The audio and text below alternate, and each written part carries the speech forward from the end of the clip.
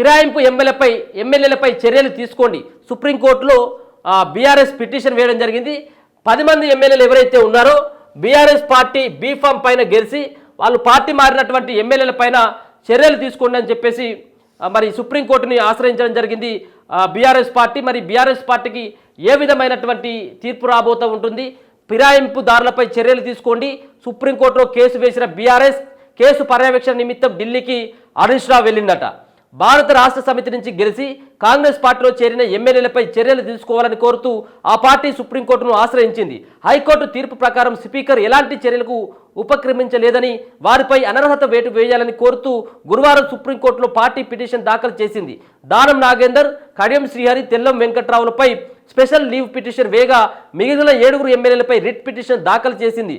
Party ఫిరాయింపులపై హైకోర్టును ఆశ్రయించిన BRS సుదీర్ఘ వాదనల అనంతరం స్పీకర్దే తుది నిర్ణయమని, ఆయనకు కాలపరిమితి విధించలేమని పేర్కొన్నది. దీంతో హైకోర్టు తీర్పు ఇచ్చి 6 నెలలైనా స్పీకర్ కనీసం నోటీసులు కూడా ఇవ్వలేదని న్యాయస్థానం దృష్టికి తీసుకువచ్చారు. గతంలో కేశం మేఘచంద్ర కేసులో ఇచ్చిన తీర్పును తెలంగాణలోనూ అమలు చేయాలని పిటిషన్లో కోరారు. 4 వారాల్లో స్పీకర్ నిర్ణయం తీసుకునేలా ఆదేశాలు ఇవ్వాలని విజ్ఞప్తి చేసింది.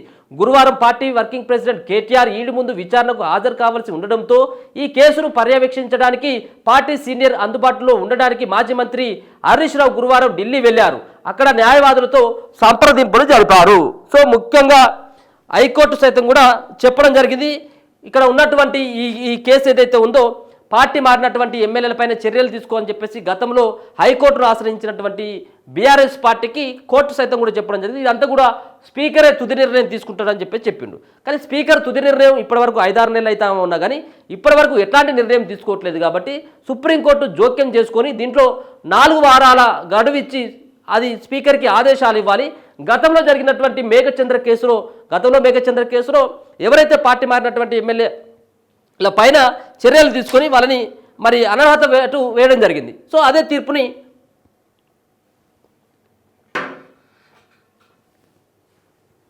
ఇక్కడ అమలు చేయాలని చెప్పేసి ఒక పక్కన కోరుతా ఉన్నది. ఒకవేళ కనుక సుప్రీంకోర్టులో సైతం కూడా స్పీకర్కి ఈ నిర్ణయాధికారం వదిలేసింది అనుకుందాం. ఇక ఇప్పుడు బీఆర్ఎస్ పార్టీలో చాలామంది ఏమనుకుంటా ఉన్నారంటే పార్టీ మారాలని చెప్పేసి ఉన్నప్పటికీ వీళ్ళు వేసినటువంటి బీఆర్ఎస్ పార్టీ కోర్టుకు పోవడంతో కొంత చేరికలు అనేవి ఆగిపోయినాయి. ఎందుకు? ఒకవేళ కనుక వాళ్ళపైన అనర్హత వేటు పడ్డదనుకో మళ్ళీ ఈ ఎలక్షన్స్కి పోయి మళ్ళీ ఈ ఖర్చులు ఎందుకు, ఈ కథ ఎందుకు అని చెప్పేసి ఒక పక్కన వాళ్ళు ఆలోచిస్తాను. ఒకవేళ ఈ పిటిషన్లు ఇది కనుక వ్యతిరేకంగా కనుక బీఆర్ఎస్ పార్టీకి లేదు ఈ స్పీకర్ నిర్ణయం తీసుకుంటాడు లాస్ట్ వరకు అని చెప్పేసి అనుకున్నాను అనుకో అని మళ్ళీ సుప్రీంకోర్టు కూడా చెప్పింది అనుకో, ఇంకా ఇప్పుడు పార్టీలో చాలామంది చేరేటువంటి అవకాశం ఉంది. ఎందుకంటే ఇక వాళ్ళకు ఎట్లాంటి ఆంక్షలు ఉండేవి కాబట్టి. సో ఈ సుప్రీంకోర్టులో ఏ విధమైనటువంటి తీర్పు ఉండబోతోంది? ముఖ్యంగా 3 ఎమ్మెల్యేల పైన కడియం శ్రీహరి కావచ్చు, తెల్లం వెంకట్రావు కావచ్చు, మరో పక్కన దానం నాగేందర్ కావచ్చు. ఈ 3కి సంబంధించినటువంటి విషయంలో స్పెషల్ లీవ్ పిటిషన్ కూడా వాళ్ళపైన వేయడం జరిగింది. స్పెషల్ లీవ్ పిటిషన్ వీళ్ళు 3 మీద వేసి మిగతా ఉన్నటువంటి 7 సంబంధించినటువంటి దానిపైన 7 పైన రిట్ పిటిషన్ వేయడం జరిగింది. సో ఒకవేళ కనుక ఈ 7 ఎట్లాంటి ఎఫెక్ట్ పడకపోయినప్పుడు కూడా 3 తెల్లం వెంకట్రావు కావచ్చు వీళ్ళందరి పైన ముఖ్యంగా దానం నాగేందర్ పైన ఎక్కువగా ఎఫెక్ట్ అయ్యేటువంటి అవకాశం కనబడుతుంది. ఎందుకంటే మళ్ళీ ఆయన కాంగ్రెస్ పార్టీలో చేరి కాంగ్రెస్ పార్టీ బీఫామ్ పైన మొన్న సికింద్రాబాద్లో ఎంపీగా ఆయన పోటీ చేయడం జరిగింది.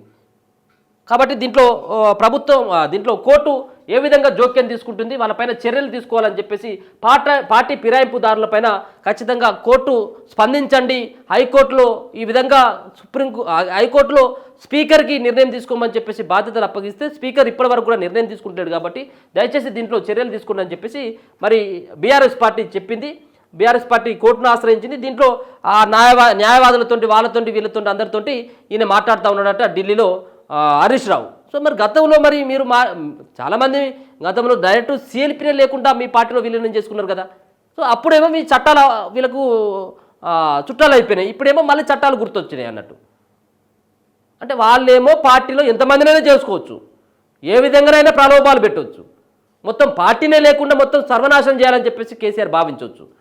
సిఎల్పీ ఉండకూడదు అని చెప్పేసి ఒక నీచమైనటువంటి దానికి ఒడిగట్టవచ్చు. 1-2 10ల సంఖ్యలో తీసుకున్నారు కదా వివిధ పార్టీలకు వెళ్ళి, టీడీపీలకు వెళ్ళి తీసుకుంటారు, కాంగ్రెస్లకు వెళ్ళి తీసుకుంటారు. ఇంకేడ మిగిలిపోయింది? మీరు గతంలో మీరు చేసినటువంటి ఒక దుర్మార్గమైనటువంటి చర్యతోటి మిగతా పార్టీలో ఉన్నటువంటి ఏ ఎమ్మెల్యేలు కూడా బతకనియమైతే ఇప్పుడు పార్టీ మారినటువంటి క్రమంలో మళ్ళీ వీళ్ళందరూ కూడా కోర్టుకు వెళ్ళి న్యాయం కావాలని చెప్పేసి కోరుతూ ఉన్నారు. సో ఏ విధంగా ఉంటుంది సుప్రీంకోర్టులో తీర్పు, ఏ విధంగా ఉండబోతా ఉందనేది మనం చూడాలి.